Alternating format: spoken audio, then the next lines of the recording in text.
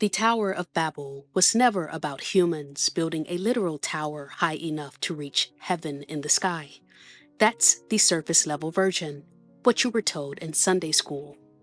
The Tower of Babel is an allegory, not just a story, but a warning.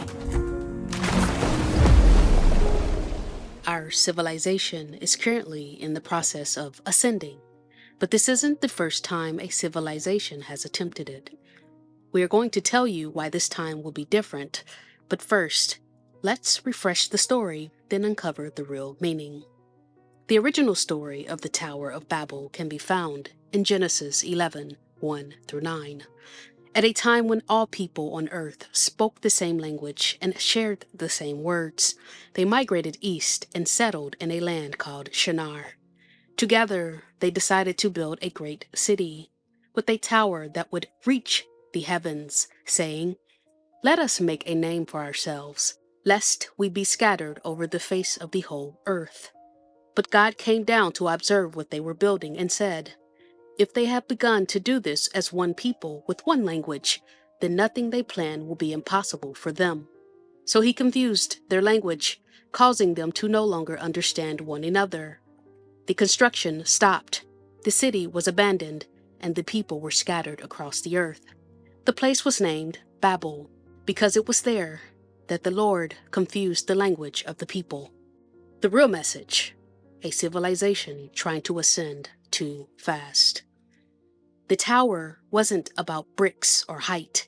It was symbolic of a collective ascension attempt.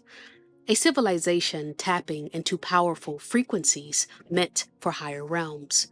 But their intentions weren't pure. They wanted to access divine realms, bypass inner work, gain power without humility, ascend without shadow integration. They weren't becoming heaven, they were trying to take it. God confused their language means frequency collapse. This wasn't just about speech, it was about vibration. Their unity shattered. They could no longer communicate energetically. It was a timeline fracture, a collective fall in consciousness, a warning written in metaphor. This isn't the only time it's happened. Babel was one of many falls.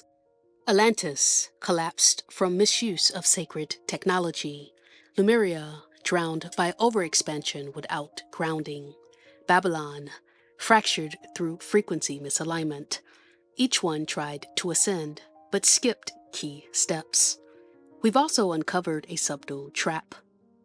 When the Tower of Babel story is taken literally, it's often interpreted as humans being punished for striving to reach a divine state or becoming like God. But in truth, it's a warning about attempting to reach divinity without doing the inner work. This fear-based interpretation creates resistance towards spiritual growth, especially practices that aren't sanctioned by traditional religion. Things like meditation, shadow work, energy healing, or Kundalini awakening become labeled as dangerous or demonic. Ironically, these are the very tools that prevent collapse during ascension. You meditate to tame the ego.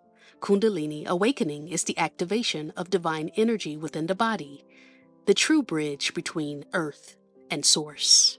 To avoid these practices is to build on a shaky foundation, and that's exactly what led to the fall of past civilizations. External power without internal mastery, ascension without integration, spiritual growth without discipline. Why this matters now? You're not just learning this history, you're remembering it.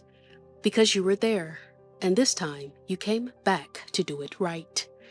If you're wondering why you're going through such intense shadow work, ego deaths, and collapse, it's because your soul returned with a mission: to master the ego, to clear the shadow, to anchor the divine into the body, to rise in frequency without falling into spiritual arrogance. This is where previous civilizations got it wrong. They reached for the heavens without grounding their power. They bypassed the inner work. There's also another key difference. one that greatly increases the chances of this ascension being successful. Earth is ascending too. She's not just the stage for ascension, she's an active participant.